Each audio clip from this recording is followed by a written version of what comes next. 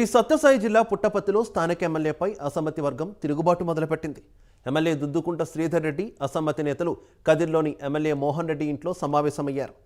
MLA Duddukunta నియోజకవర్గంలో చేసిన ఆగడాలపై అసమ్మతి నేతలు సుదీర్ఘంగా చర్చించారు. ఈ అసమ్మతి సమావేశానికి మోహన్ రెడ్డి తదితరులు హాజరయ్యారు.